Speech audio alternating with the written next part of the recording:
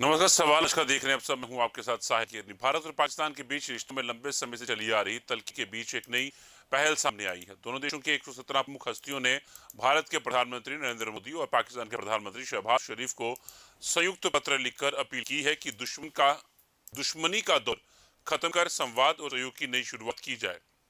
इस पत्र पर भारत के 61 और पाकिस्तान के 56 पूर्व अधिकारियों और राजनीतिक नेताओं, शिक्षाविदों, सामाजिक कार्यकर्ताओं और बुद्धिजीवियों ने हस्ताक्षर किए हैं।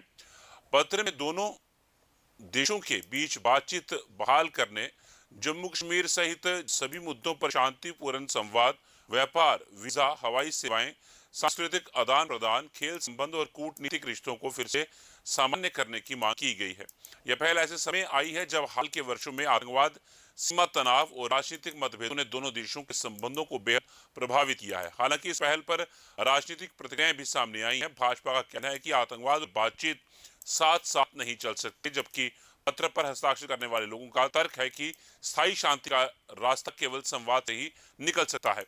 बड़ा सवाल यही है कि क्या ये नागरिक पहल दोनों सरकारों के रुख को प्रभावित कर पाएगी या फिर भारत पाक रिश्ते पहले की तरह गतिरोध में ही बने रहेंगे। दो खास मेहमान हमारे जुड़ चुके हैं और उनसे हम इन बातों को समझने की कोशिश करेंगे और जानेंगे कि वो इन बातों को किस तरह से देखते हैं, किस तरह से समझते हैं। कर्नल सुब्रमण्यम हमारे साथ, डिफेंस एक्सपर्ट सर, धन्यवाद, शुक्रिया समय देने के लिए। और उनके साथ हमारे Karodi Singh sir, thank you foreign sir. Expert sir, धन्यवाद, शुक्रिया समय देने के लिए। शुरुआत करूंगा मैं colonel S S Bhadani sir से। सर, 117 हस्तियों ने बातचीत की अपील की है, लेकिन भारत का स्पष्ट रुख है कि आतंकवाद और बातचीत साथ साथ नहीं चल सकते। सुरक्षा के नजरिए से आप इस बहस को कैसे देखते हैं? देखिए साहिल जी, सबसे पहले तो ये इट्स टोटली इररेलीवेंट। ये जो पहल कर रहे हैं हमारे कुछ 61 या उनके 56 मिलके, ये सारे वो लोग हैं जो इररेलीवेंट हैं, जो अपनी तलाश कर रहे हैं, अपनी आइडेंटिटी की तलाश कर रहे हैं। हमें थोड़ा सा इतिहास में जाना चाहिए। जहां तक हम बात करते हैं हमारे जो रिश्ते हैं पाकिस्तान के साथ, उन्होंने पार्लियामेंट पे अटैक किया। उन्होंने ऑपरेशन टोपैक कंसीव किया, जिसका पर्पस था कि to make India bleed for 1000 year in 1000 cuts. उन्होंने उड़ी में अटैक किया, उन्होंने पुलवामा में अटैक किया, उन्होंने पहलगाम में अटैक किया। तो वो एक नेशन है जो एक टेररिस्ट नेशन है। अभी टेररिस्ट नेशन, वो टेररिस्ट नेशन जहां पे डेमोक्रेसी सिर्फ नाम की है, बाकी वहां पे डिक्टेटरशिप चल रही है। और वहां के डिक्टेटर जो हैं वो मुनीर हैं, मिस्टर मुनीर, जो भी उनके अपने आप को फील्ड मार्शल कह लेते हैं, कभी कुछ भी कह लेते हैं। अभी इन लोगों की आप अगर क्रेडिबिलिटी देखेंगे, जिन्होंने ये सिग्नेटरी हैं, जिसके अंदर महबूबा मुफ्ती आ जाती है, मीर मौलवी फारूक आ जाता है, फारूक अब्दुल्ला आ जाता है, ये सारे ये लोग हैं जो इन्होंने हमेशा, मणिशंकर अय्यर का बात कर लीजिए, ये सारे लोग जो हैं ये एंटी एस्टेब्लिशमेंट रहे हैं। और जब मैं एंटी एस्टेब्लिशमेंट की बात करता हूं, मैं बात करता हूं प्रेजेंट गवर्नमेंट जो इस समय सेंटर में है, बीजेपी की। अभी आप देखिए, 2019 के बाद हमारी जो टेररिस्ट रिलेटेड इंसिडेंट है उनमें तकरीबन 75 से 80% की कमी आई है। और उसके बावजूद भी यहाँ के जो लीडर हैं, मेन लीडर हैं कश्मीर के, फारूक ले लीजिए, अब्दुल्ला साहब, उमर अब्दुल्ला साहब और महबूबा मुफ्ती जी, वो हमेशा, उनको एक सिंपैथी है मिलिटेंट के लिए, और हमेशा ये कहते हैं कि पाकिस्तान से बात की जाए। अभी पाकिस्तान से क्या बात करेंगे, वो दूसरा क्वेश्चन आता है, और किससे बात करेंगे।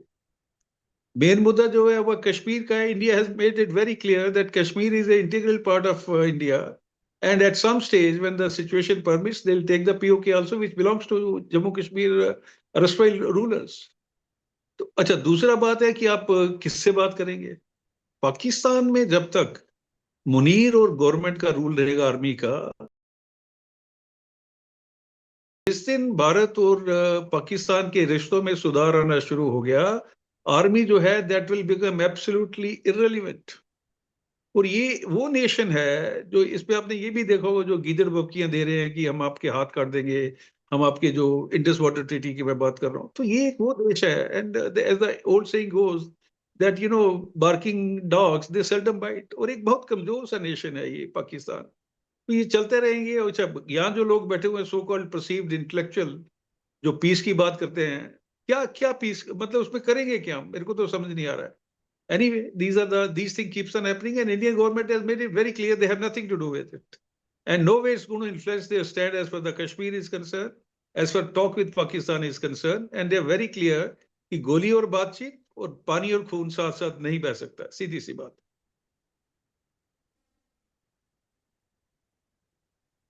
उनसे भी जानते हैं। सर, भारत और पाकिस्तान की 117 प्रमुख हस्तियों ने बातचीत की बहाल करने की अपील की है।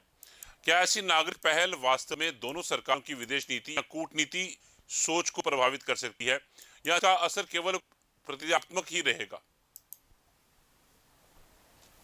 देखिए साहिल, अगर हम बातचीत करेंगे तो क्या करेंगे और नहीं करेंगे तो क्यों नहीं करेंगे, ये दोनों ही बातें एक चीज पर निर्धारित हैं। पाकिस्तान और भारत के रिश्ते हैं, वो किसी तर्क पे, नियम पे आधारित नहीं है, न किसी विचारधारा पर आधारित है, वो ऐतिहासिक अनुभव पे आधारित हैं। हमारा इतिहास बातचीत का क्या रहा है और अनुभव क्या रहा है। बार बार बातचीत हुई है पिछले 50 साल में, हम देखें तो बहुत सी बार बात की है। वो लाहौर का डिक्लेरेशन हो या उसके बाद कंपोजिट डायलॉग हो, और जो ही बातचीत शुरू होती है कोई न कोई प्रॉब्लम खड़ी हो जाती है पाकिस्तान की तरफ से। कहीं भारत में कोई न कोई आतंकवादी घटना हो जाती है, डिरेल हो जाती है बातचीत। तो इतने अनुभव के बाद, इस इतिहास के बाद क्या बातचीत हो सकती है? लेकिन नहीं होगी तो भी क्या होगा, तो क्या रास्ता निकल सकता है इसका, ये इम्पोर्टेंट है, ये पैराडॉक्स है। तो इसमें अभी रिसेंटली जो बातचीत सामने आ रहे हैं कि बैक चैनल डिप्लोमेसी में दोहा में कोई बातचीत हुई, बैंकॉक में बातचीत हुई, कोलंबो में बातचीत हुई, इस तरह की काफी रिपोर्ट्स हैं। अब किस रूप में हुई, क्या हुई, कौन लोग थे, इसके बारे में डिटेल रिपोर्ट नहीं है, लेकिन कुछ न कुछ हुआ है बातचीत। अभी जो रिसेंटली लिया है वो centre for piece and progress studies के ओपी शाह हैं, उन्होंने इनिशिएटिव लिया है। उसमें 61 लोग हैं वो भारत के हैं, 56 लोग पाकिस्तान के हैं। तो ये जो गणमान्य लोग जिसको कहते हैं बोलचाल में, इनका इनिशिएटिव है, और इनके इनिशिएटिव के साथ उन्होंने जो दोनों देशों का नेता, यशस्वी नेता हैं, उनसे अपील की है कि आप बातचीत शुरू कीजिए।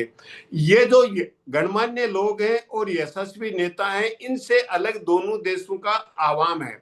आवाम ये चाहता है कि हम बहबूदी से रहें, अमन से रहें। आवाम दोनों ही देशों का जंग तो नहीं चाहता, लेकिन जो हमारा इतिहास का अनुभव है, उस अनुभव और इतिहास को देख के बातचीत किस हो, क्या बातचीत हो, ये एक चिंता की बात है।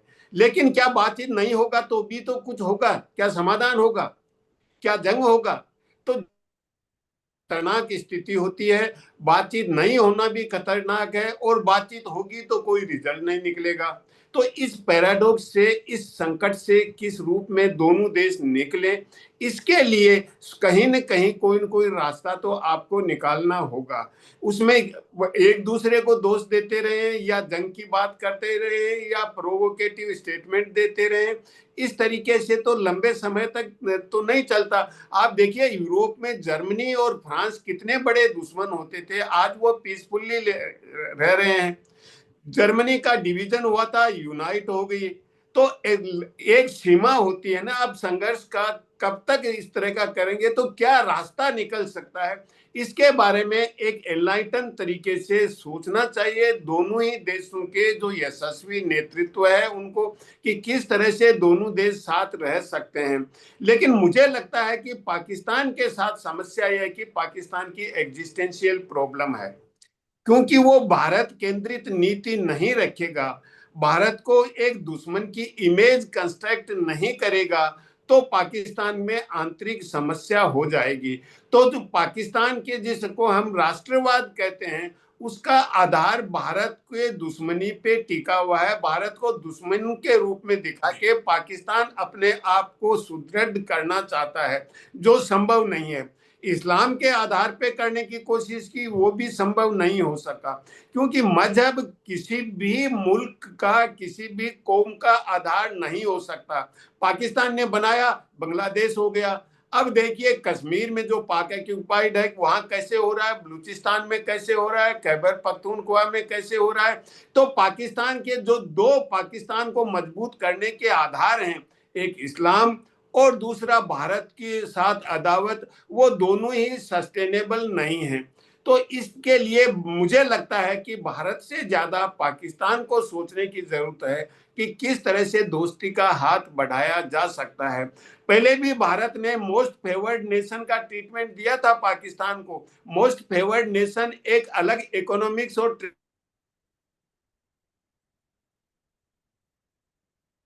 पसंदीदा मुल्क और पाकिस्तान के नेता भड़क गए, तो वो भारत ने तो दे दिया, पाकिस्तान ने मोस्ट फेवर्ड नेशन का ट्रीटमेंट इंडिया को नहीं दिया था।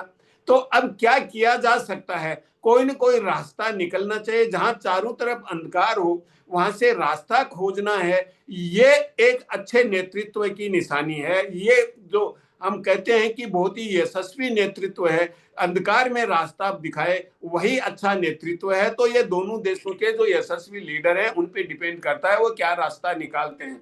जी साहिल। रुक करूंगा कर्नल एस सर का। सर, क्या वाकई की जरूरत है रिश्ते सुधारने की, आपस में वार्ता करके सुधारे जाए, या पाकिस्तान पे भरोसा कर सकते हैं जितनी बार जो हुआ है?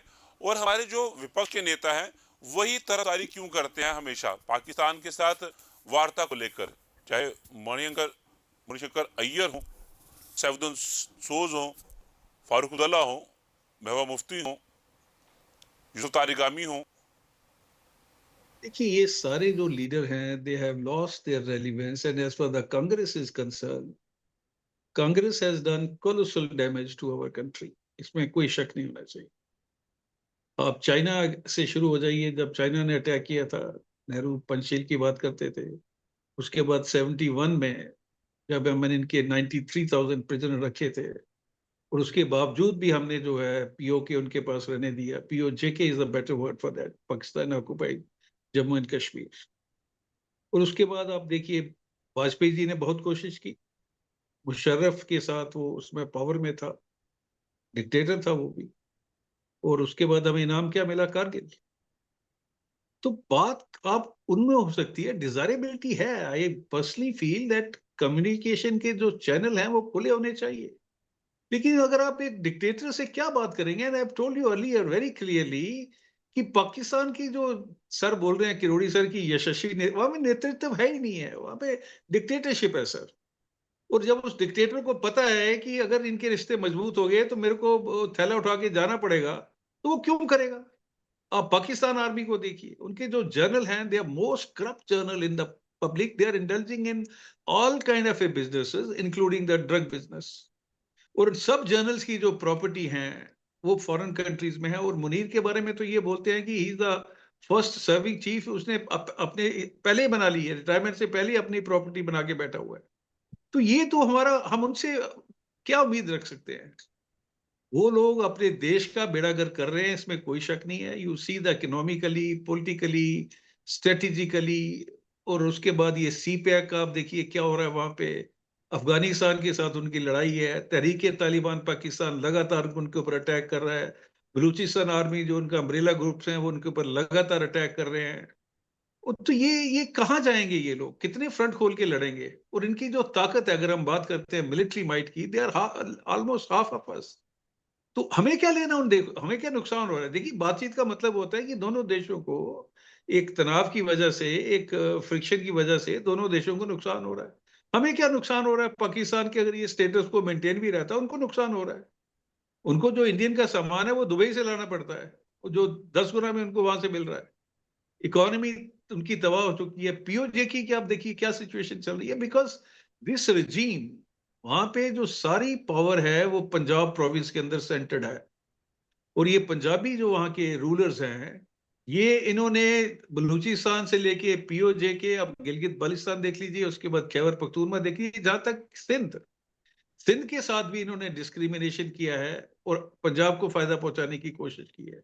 उनके मिनरल्स, उनके रिवर्स, उनके लोगों को फंडामेंटल राइट डिनाई किए हैं, उनके ऊपर जुल्म किया है। तो ये तो पाकिस्तान एक एज ए नेशन है। अभी इस नेशन से क्या बात करेंगे? I have really nothing to recommend. Kirodi sir शायद कुछ बता पाए अच्छी बात। हूँ मैं रुकूंगा करोड़ सर का। सर, वहां पे तो एक बात बड़ी अहम है कि डिक्टेटरशिप है वहां पे बातचीत किससे होगी आखिर? वहां पे तो आसिम मुनीर से बातचीत तो होनी बनती है, क्योंकि शहबाज शरीफ की तो वैसे भी नहीं चलती वहां पे। अ, देखिए साहिल, पाकिस्तान की आंतरिक स्थिति जैसी है वो न तो हमने क्रिएट की है न हम सुधार सकते हैं। वो उनका आंतरिक मामला है। लेकिन पाकिस्तान दुनिया के नक्शे पे एक संप्रभु स्वतंत्र राष्ट्र तो है।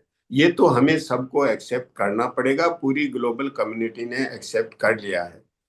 पाकिस्तान के ही एक स्कॉलर हैं शाहिद जावेद बर्की।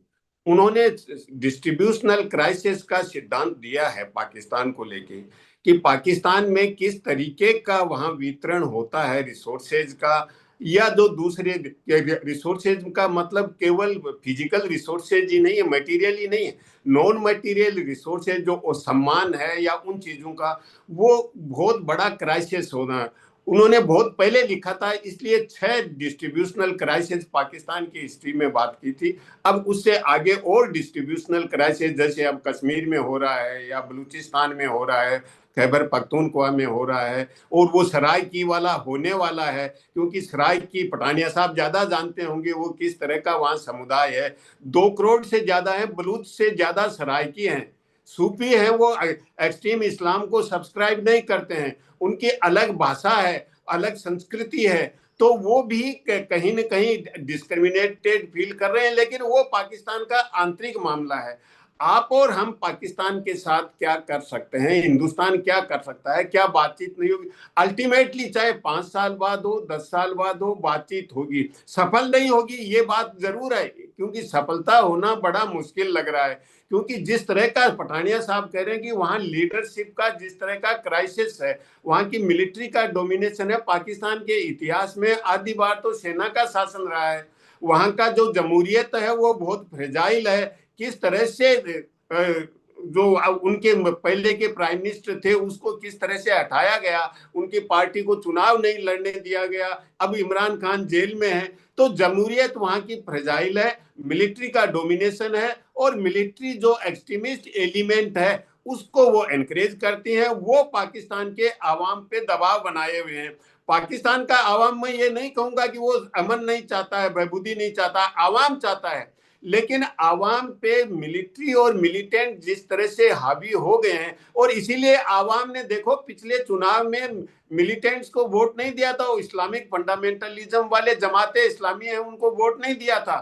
तो वहां का आवाम तो जो है वो अलग है। लेकिन आवाम का भी अपना दर्द है कि जो सेना और मिलिटेंट वहां उनको कंट्रोल कर रहे हैं, जमहूरियत वहां का फ्रेजाइल है। लेकिन फिर भी जो भी लीडरशिप है जिस तरह की भी है, कभी न कभी तो बातचीत होगी ही। क्योंकि जंग तो समाधान होगा नहीं, जंग होगा उसके बाद भी बातचीत होगी।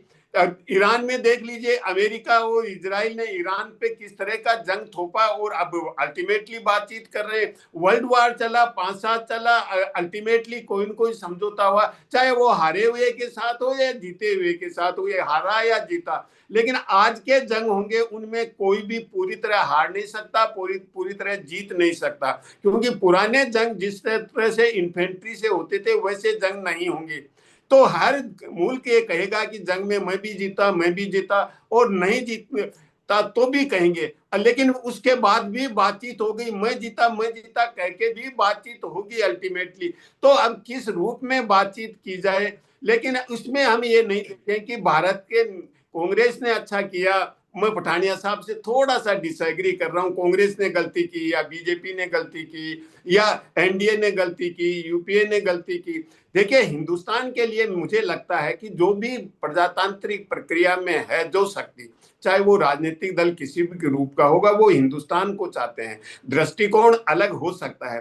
कांग्रेस ने पहले डिसीजन लिए स्वतंत्रता के बाद से, वो एक अलग संदर्भ था, उस संदर्भ में डिसीजन लिए, उस संदर्भ में और अच्छा क्या हो सकता था। हम एब्सोल्यूट टर्म्स में जज करेंगे तो वो अलग स्थिति होगी। पूरे उस समय के सर्कमस्टांसेस थे उसके संदर्भ में अगर जज करें तो मेरे ख्याल से दुनिया के और देश जो स्वतंत्र हुए थे कॉलोनियल पावर से, उनसे ज्यादा अच्छा भारत रहा, ज्यादा स्थायित्व रहा। ज्यादातर देशों में स्थायित्व नहीं रहा, राजनीतिक संकट रहे, भारत में उस तरह का संकट नहीं आया। तो मुझे लगता है कि हमारे यहाँ हम अलग अलग डिवाइड नहीं करें हिंदुस्तान को कि वो पाकिस्तान का समर्थन कर रहा है, ये वो पाकिस्तान विरोधी है, इस तरह का नहीं है। सभी राजनीतिक दल हैं, सभी राजनीतिक शक्तियां हैं, वो हिंदुस्तान को मजबूत बनाना चाहती हैं। किस रूप में बनाना चाहती हैं वो उनका दृष्टिकोण हो सकता है। जी साहिब। को आपका दोबारा से मैं कर्नल एस पठान से शुरू करना चाहूंगा। सर, आपके आंकलन में आने वाले समय के अंदर भारत पाकिस्तान के रिश्तों को आप किधर देखते हैं? देखिए, मैं I will finish with this to statement. जी। मुनीर जो है वो कहता है कि ये जो हमारे जैश ए मोहम्मद और लश्कर तैयबा जैसे ऑर्गेनाइजेशन है वो उनके स्ट्रेटेजिक एसेट्स है। He has made it very clear. तो अगर मिलिटेंट को अपने स्ट्रेटेजिक एसेट बना के वो प्रोजेक्ट कर रहे हैं पूरी दुनिया को, ये नहीं कि अपने मीटिंग के अंदर होम साइड प्रोजेक्शन है, पूरी दुनिया को बता रहे हैं वो, तो हम इनसे क्या उम्मीद रख सकते हैं? बाकी I am good, I am optimistic like Kirori sir की, चलिए जी, let's hope good thing happens, because ultimately देखिए conflict is bad for both the nations, be it a stronger or a weaker nation, but then there has to be meeting ground somewhere. So let's hope, pray to God that the relation between these two countries improves. I beg your leave, Versailles. Thank you.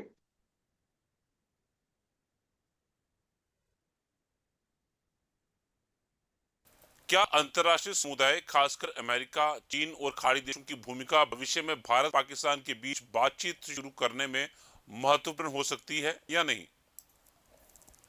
देखिए साहिल, भारत की consistent policy है और हर राजनीतिक दल शुरू से कि भारत किसी भी तीसरे पार्टी का इंटरफेरेंस भारत पाकिस्तान संबंधों में नहीं चाहता है। चाहे कोई सी भी यूपीए की गवर्नमेंट हो, एनडीए की हो या से पहले की सरकारें हो, कंसिस्टेंट पॉलिसी है कि third party intervention Bharat Pakistan संबंधों में नहीं, द्विपक्षीय ही दोनों बातचीत करेंगे। और ये शिमला एग्रीमेंट में भी स्पष्ट रूप से लिख दिया था कि दोनों देश आपसी रिश्ते हैं, वो दोनों अपने आपस में निपटाएंगे, तीसरी पार्टी का कोई इंटरफेरेंस एक्सेप्ट नहीं करेंगे।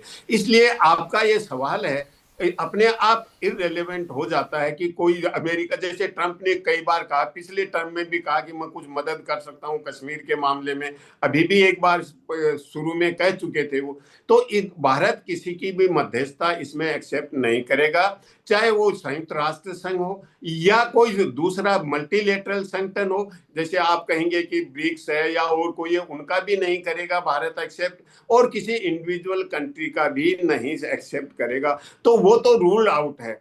अब द्विपक्षीय बातचीत कैसे शुरू हो सकती है, दोनों में आपस में बातचीत कैसे शुरू हो सकती है, ये है। और उसमें अभी जो कुछ गणमान्य लोगों ने जो इनिशिएटिव लिया है, ये एक तरह का इनिशिएटिव है, लेकिन ये सरकार माने कोई जरूरी नहीं है। और ये इनको लेजिटिमाइज मुझे लगता है दोनों ही सरकार नहीं करना चाहेंगी। जो समूह है, जिन लोगों के समूह ने ये लेटर लिखा है, या इससे पहले जो कोलंबो में या बैंकॉक में या दोहा में जो बातचीत हुई है, वो किस तरह की बातचीत है, क्या है। तो ये जो गैर सरकारी स्तर पे इस तरह के संगठन होते हैं जो पीस निक्स होते हैं, पीस की बात करते हैं, ये कॉमन सेंस की बात है। हर सेनर इंसान होगा, समझदार होगा, वो हमेशा शांति की बात करेगा कि भाई लड़ाई में सबका नुकसान होता है, शांति से रहें। लेकिन द्विपक्षीय बातचीत किस रूप में हो, भारत ने शुरू में बहुत अच्छा, देखिए हर जब भी किसी देश में नया नेतृत्व आता है वो थोड़ा आदर्शवादी होता है। इसी तरह से भारत में एनडीए की सरकार आई, भारत के प्रधानमंत्री अनइनवाइटेड वहां पाकिस्तान गए कि एक आदर्श की स्थिति बनाने के लिए। चाइना के शी जिनपिंग के साथ इनफॉर्मल डायलॉग हो गया, वुहान और तमिलनाडु में हुआ दोनों, लेकिन वो भी कोई आगे नहीं बढ़ा, क्योंकि अंतर्राष्ट्रीय संबंध हैं वो बहुत जटिल होते हैं, इतने आसान नहीं है कि साथ बैठे और बातचीत हो गई इनफॉर्मल तरीके से। तो फॉर्मल तरीके से आपको बातचीत करनी पड़ेगी, प्रोफेशनल तरीके से, फॉर्मल और प्रोफेशनल तरीके से। इनफॉर्मल कुछ नहीं हो सकता जब रिश्ते इतने खराब हो। तो प्रोफेशनल तरीके से बातचीत हो, तो वो किस रूप में शुरू हो, क्या उनके टर्म्स एंड कंडीशंस हो, वो पहले से फिक्स करने पड़ेंगे। उसमें बैक चैनल डिप्लोमेसी कितनी हेल्पफुल होगी भारत और पाकिस्तान के संबंधों को लेके, ये अभी कह नहीं सकते। लेकिन अल्टीमेटली साहिल बातचीत होगी, चाहे 5 साल बाद हो, चाहे 2 साल बाद हो, चाहे 10 साल बाद हो। बातचीत से समाधान निकले या नहीं समस्याओं का, वो एक अलग बात है।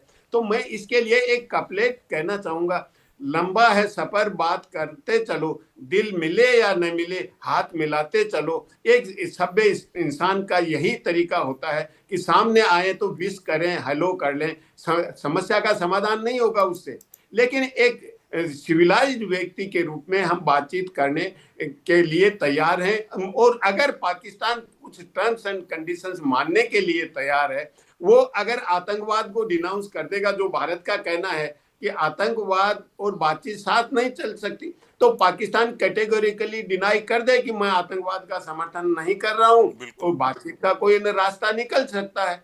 तो इसी तरीके से कोई न कोई रास्ता निकलेगा। अब कौन सा जो टैक्टिस है वो ज्यादा प्रभावी होगी, पाकिस्तान यूनिलेटरली ये कहेगा मैं आतंकवाद को डिनाउंस करता हूं, या बैक चैनल डिप्लोमेसी है, या ये जो लेटर लिखा है इस तरह का सिविल सोसाइटी वालों ने, कौन सी रणनीति कहां काम करेगी अभी कह नहीं सकते, लेकिन अल्टीमेट समाधान तो बातचीत ही है। जी साहिब। ठीक है सर, धन्यवाद आपका हमारे जुड़ने के लिए, समय देने के लिए बहुत बहुत शुक्रिया आपका। देखते हैं आने वाले समय में क्या कुछ बदलाव देखने मिलते भी हैं या नहीं। भारत और पाकिस्तान के बीच शांति की अपील नई जरूर है, लेकिन चुनौतियां पुरानी हैं। एक और नागरिक समाज संवाद और सहयोग की बात कर रहा है, तो दूसरी और आतंकवाद और सुरक्षा के सवाल आज भी सबसे बड़ी बाधा बने हुए हैं। ऐसे में ये देखना अहम होगा कि क्या दोनों सरकारों इस पहल को सकारात्मक संकेत मानेगी या राष्ट्र सुरक्षा की प्राथमिकताओं को देखते हुए अपने मौजूदा रूप पर कायम रहेंगी।